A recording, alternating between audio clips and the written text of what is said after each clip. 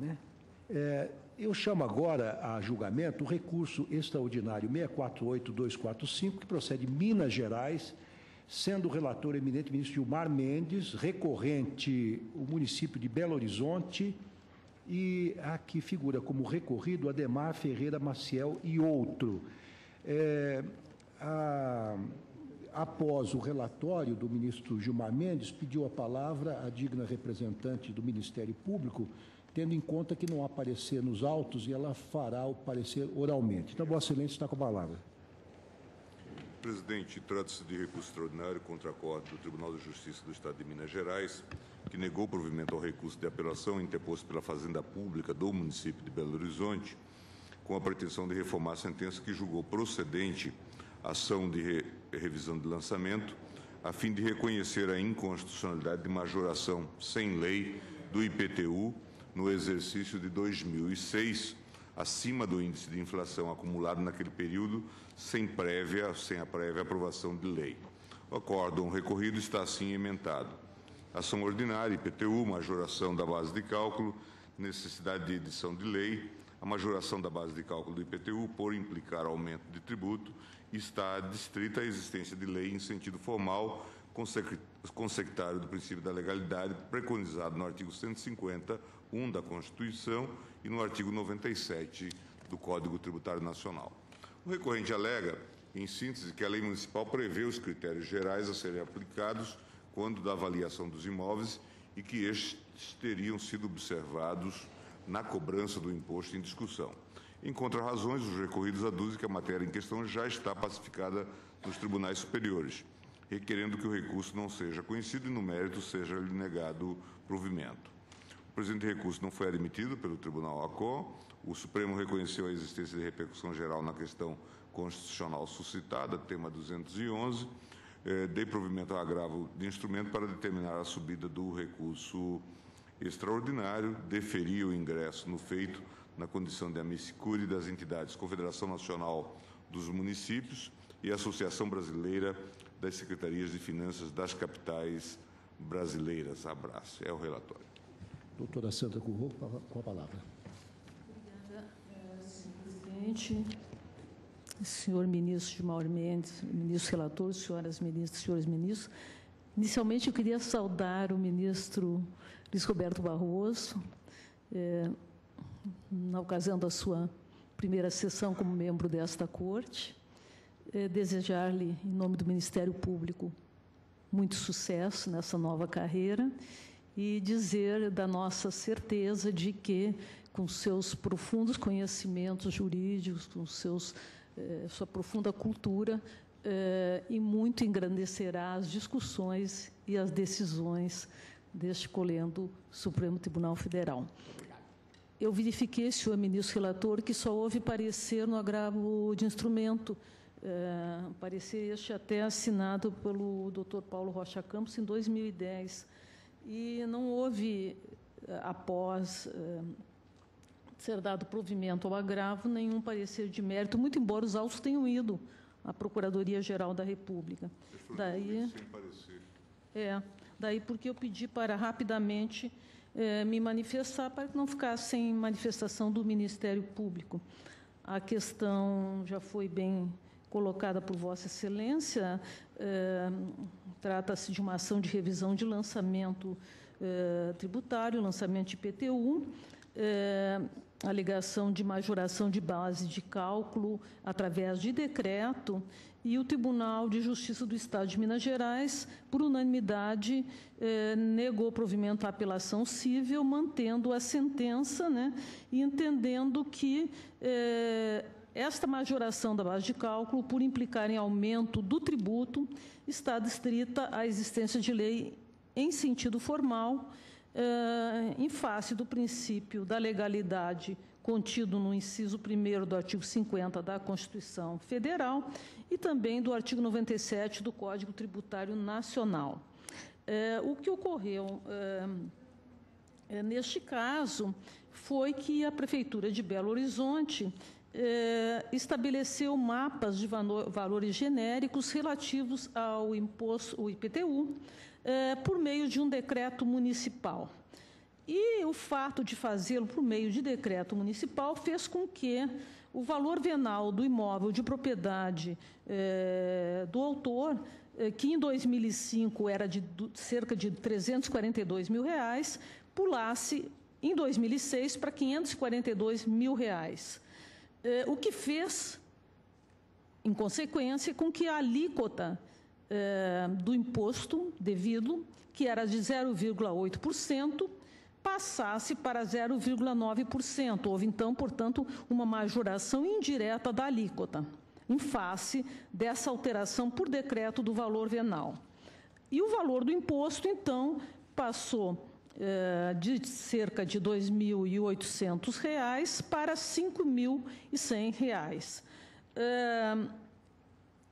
O que se verifica é que a atualização, nos termos da própria lei municipal, ela estava circunscrita ao índice, o IPC amplo especial do IBGE, e que essa atualização, então, seria de cerca de 5,88%. Entretanto, o fisco municipal ignorou os índices oficiais e reajustou a base de cálculo em cerca de 58%.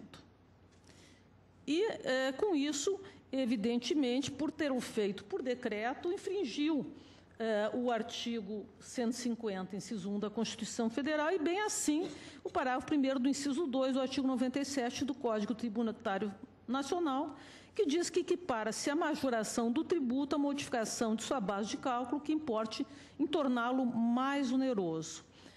Por essa razão, é que, então, rapidamente, eu profiro parecer oral no sentido da manutenção da decisão recorrida. Agradeço a doutora Sandra Quirô. Devolvo a palavra ao eminente relator. Senhor presidente, o acordo recorrido, como eu estou a dizer, está em conformidade com a orientação desta Corte. É firme o entendimento deste tribunal no sentido de que a majoração do valor venal dos imóveis para efeito da cobrança do IPTU não dispensa a edição de lei em sentido formal, exigência que somente se pode afastar quando a atualização não excede os índices inflacionários anuais de correção monetária. O princípio constitucional da reserva legal, previsto no inciso 1º do artigo 150, é claro ao vedar a exigência e o aumento de tributo sem lei que o estabeleça. Afora as exceções expressamente previstas no texto constitucional, a definição dos critérios que compõem a regra tributária, e entre eles a base de cálculo, é matéria restrita à atuação do legislador. Não pode o Poder Executivo imiscuir-se nessa seara, seja para definir, seja para modificar qualquer dos elementos da relação tributária. Nesse mesmo diapasão, é disso que os municípios não podem alterar ou majorar por decreto a base de cálculo do imposto predial. Podem, então, somente atualizar anualmente o valor dos imóveis com base nos índices oficiais de correção monetária, visto que a atualização não constitui aumento de tributo, nos termos do artigo 97, parágrafo 1º do Código Tributário Nacional. E, portanto, não se submete à exigência da reserva legal imposta pelo artigo 150, inciso 1º. São muitos os precedentes nesse sentido. A RE 234/605, da relatoria do ministro Wilmar Galvão, agravo do instrumento 534/150, da relatoria do ministro Joaquim Barbosa, RE 114/078, da relatoria do ministro Moreira Alves. A propósito, o agravo de instrumentos e agravo regimental da relatoria do ministro Carlos Veloso destaca constitucional, tributário, IPTU, valor venal do imóvel, atualização, necessidade de lei em sentido formal. É vedado ao Poder Executivo Municipal, por simples decreto, alterar o valor venal dos imóveis para fins de base de cálculo do IPTU. Precedentes, agravo não provido. Também no mesmo sentido, o RE, já mencionado, 234/605, da relatoria do ministro Wilmar Galvão.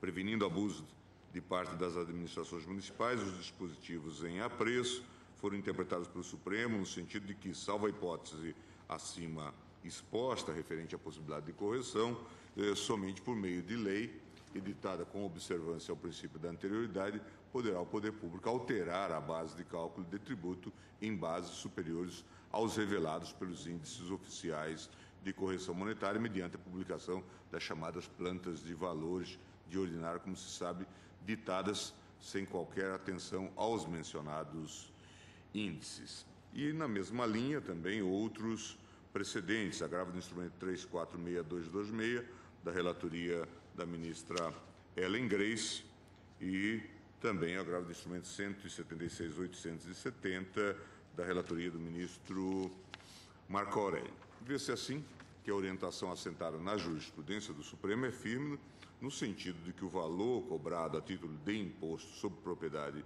predial e territorial urbana pode ser atualizado anualmente, independentemente da edição de lei, desde que o percentual empregado não exceda a inflação acumulada nos 12 meses anteriores. No caso em tela, todavia, assentou a decisão recorrida que o incremento no valor cobrado a título de imposto predial excede consideravelmente o percentual cabível em termos de atualização monetária, que foi destacado agora na fala da eminente subprocuradora, em vez de aplicar o percentual de 5,88%, correspondente à variação do IPCA e IBGE entre os meses de janeiro e dezembro de 2006, a Fazenda Municipal de Belo Horizonte, por meio do decreto, majorou o valor venal dos imóveis em questão em mais de 58% no ano de 2006. A cobrança assim majorada representa, por via oblíqua, aumento de imposto sem amparo legal, o que justifica a revisão do lançamento tributário, como se procedeu na instância aquá.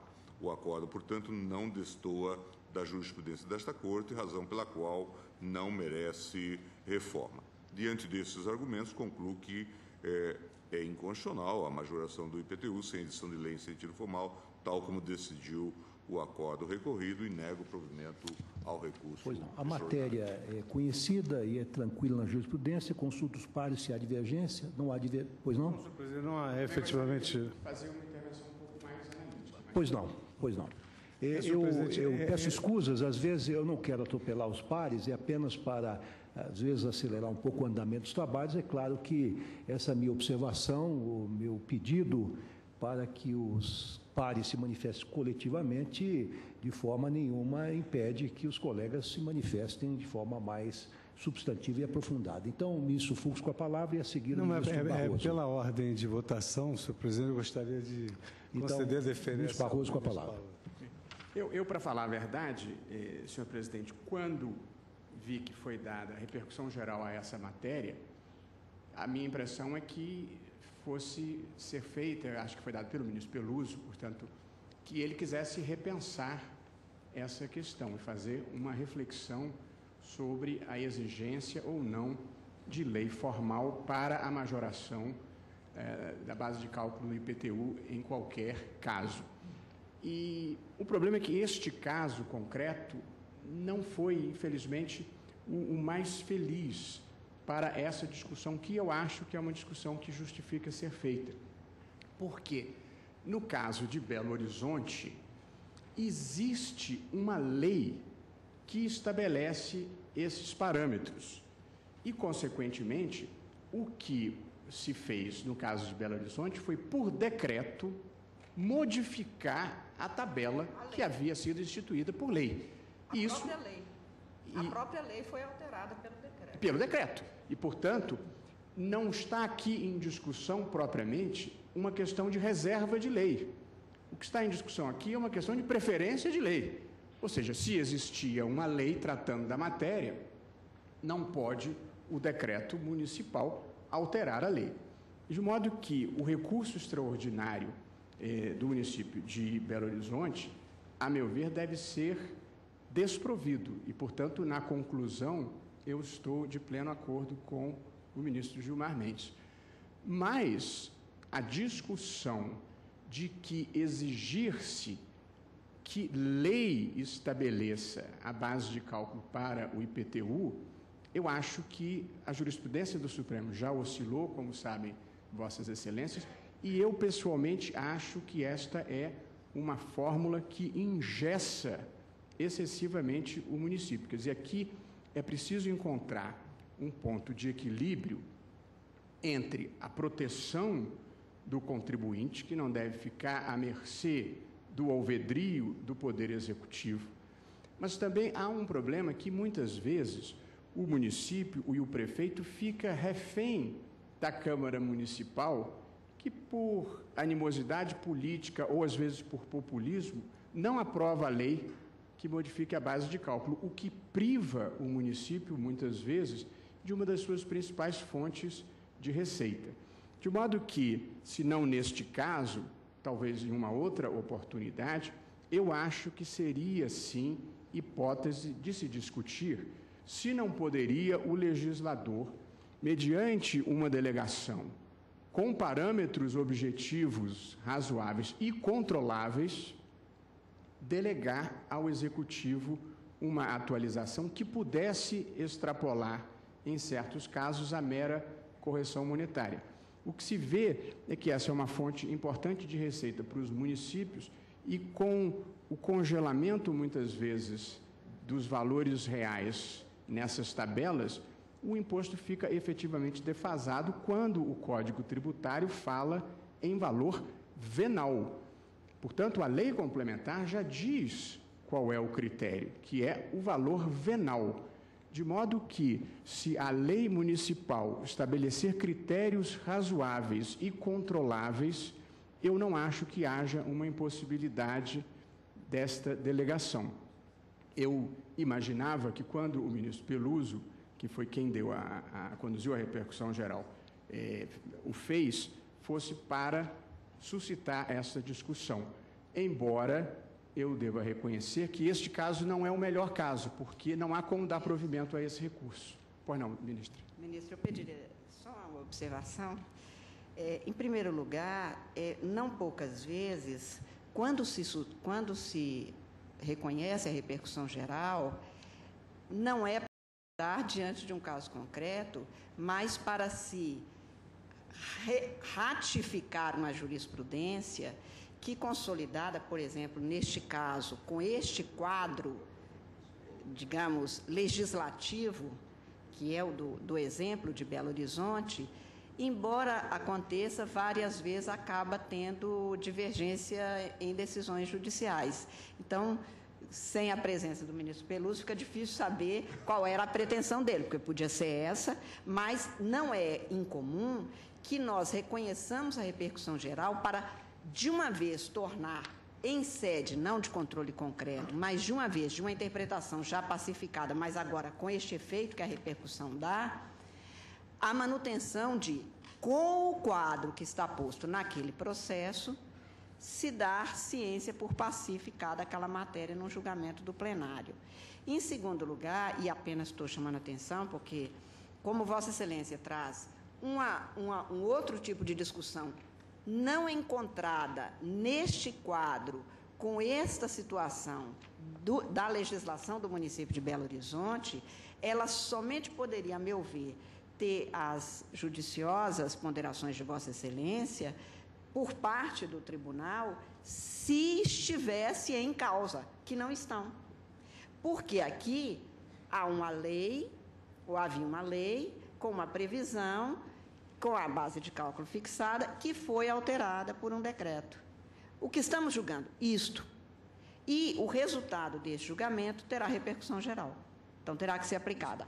As ponderações de Vossa Excelência sobre... objeção a isso, ministro. Pois é. E aí, então, por isso é que eu estou chamando a atenção. É que se nós julgarmos só dentro deste quadro, que é o que se faz neste caso, as outras ponderações poderão tanto ser objeto de encaminhamento na esteira do que pondera Vossa Excelência, como de outro, mas que aí terá de ser objeto de um debate pelo plenário, e que fica difícil de ser feito aqui, a meu ver.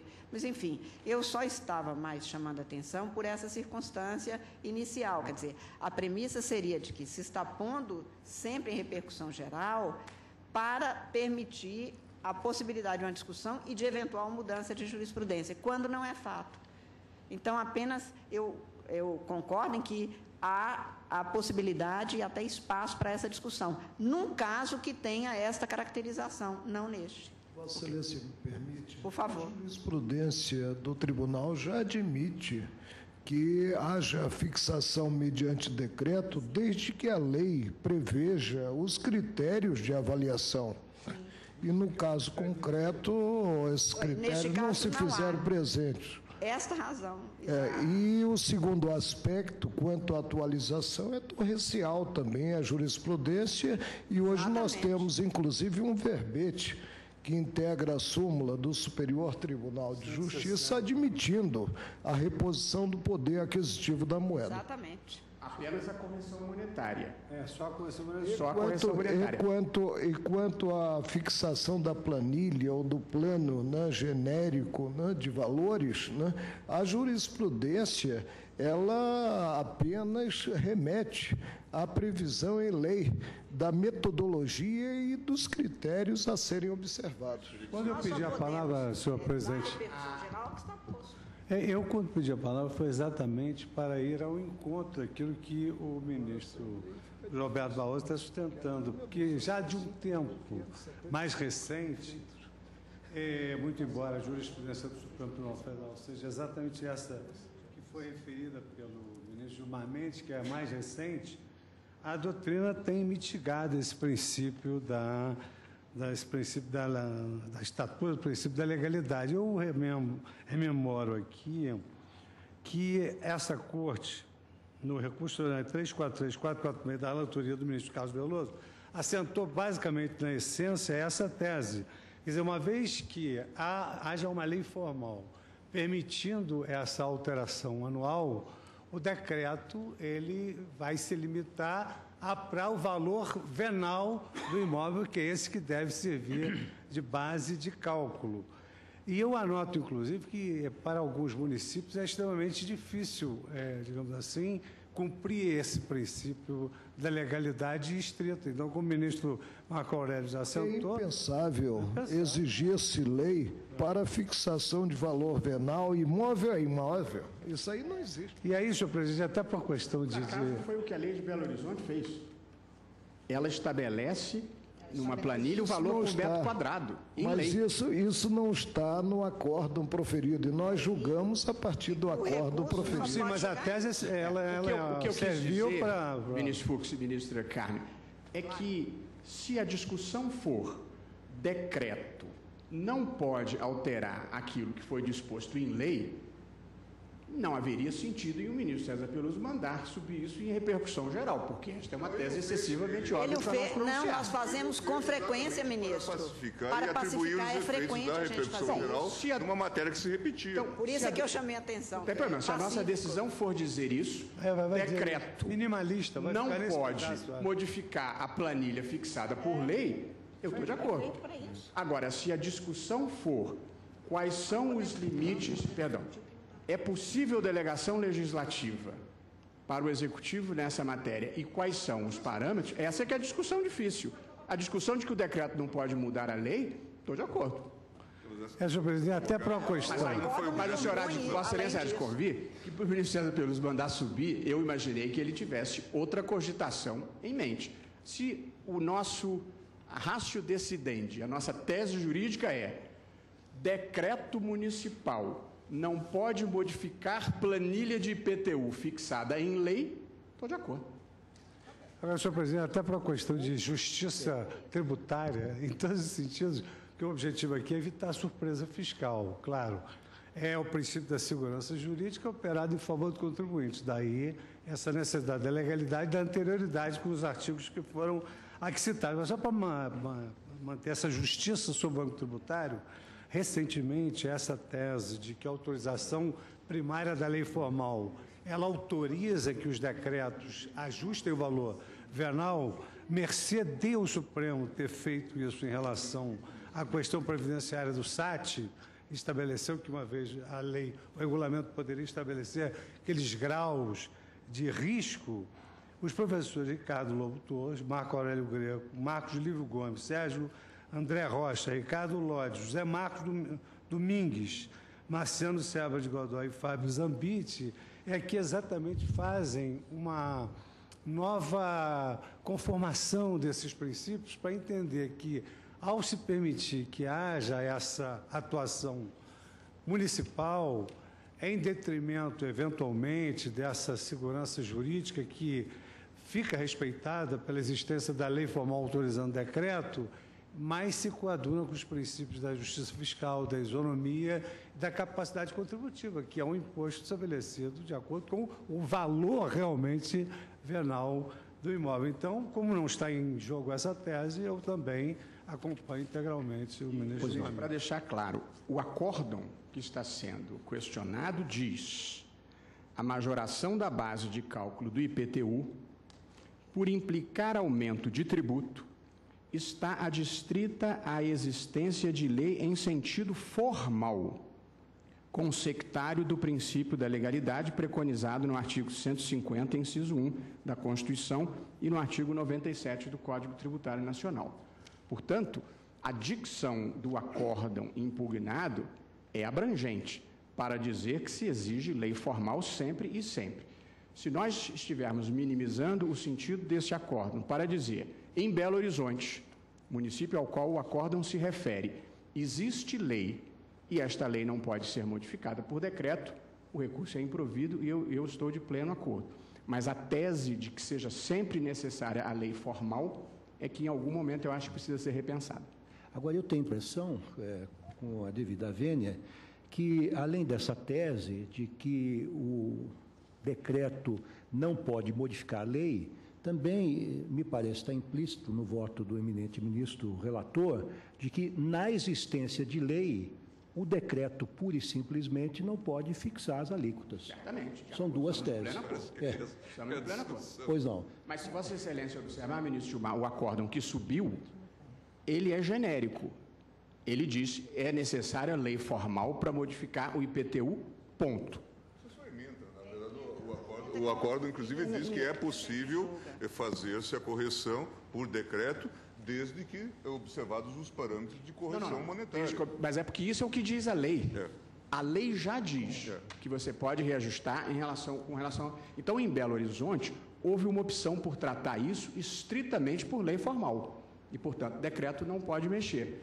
Mas eu não gostaria de generalizar esta tese que valesse para outros municípios. A repercussão geral normalmente tem que ser, digamos assim, minimalista para ficar bem adstrita aos limites da controvérsia. Tem ficado. Então a gente tem que dizer, onde haja lei, o decreto não pode modificar. A discussão que eu estou travando é em relação a este recurso extraordinário do município de Belo Horizonte, que tem esta conformação que já foi aqui relatada. E estou apresentando a matéria à luz da jurisprudência do Supremo Tribunal Federal. Se houver discussão sobre possibilidade de delegação, eu até já me posiciono em sentido contrário.